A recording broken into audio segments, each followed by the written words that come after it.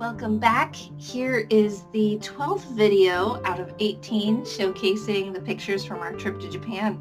Enjoy!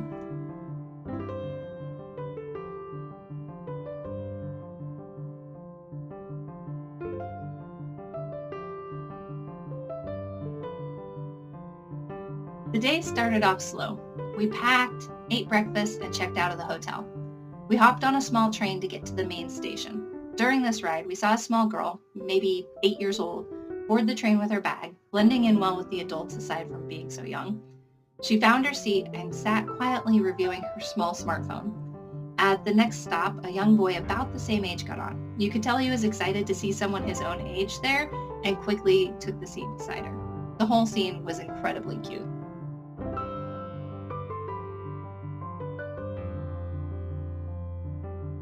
At the station, we stowed our bags so that we could wander around a bit. We had lunch at a local cafe where everyone was smoking and reading manga on their phones. We didn't want to dally too long since we needed to navigate to the station. Unlike Tokyo Eki, the station in Kyoto had stumped us in prior days. We didn't buy an ekiben this time since the shinkansen to Nagoya would only be about a 30-minute ride. Instead, I used the opportunity to book our trip from Nagoya to Fuji Kawaguchiko. I hadn't booked it before in case I needed help figuring it out, but now I found the train and bus combo that would get us there. That'll be a future video, so be sure to tune in.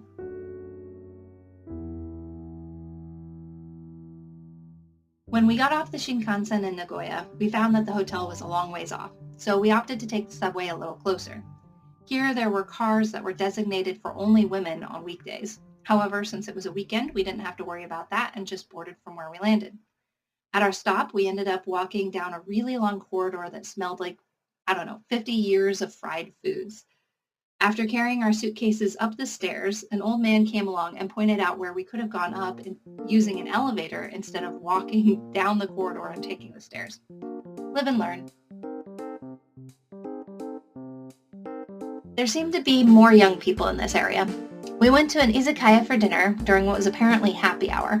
We had a delicious local version of fried rice and several skewers of meat, including chicken, pork, and a few others, plus karaage, beer, and anzushu, which is an apricot liqueur. A local arcade drew us in, where we played some Mario Kart and were amazed at all the claw machines. They had plushies, tech, ramen, and even Kleenex in the machines. And yes, we saw some kids trying to get Kleenex out of one of the claw machines.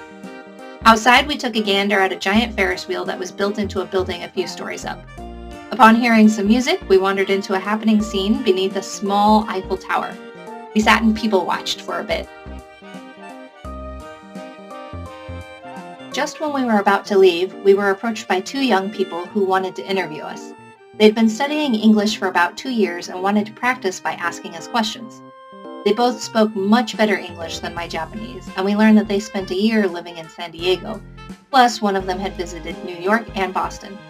They asked about our reasons for choosing Nagoya to visit, if we found anything difficult during our trip, and where we would go if we had locals showing us around.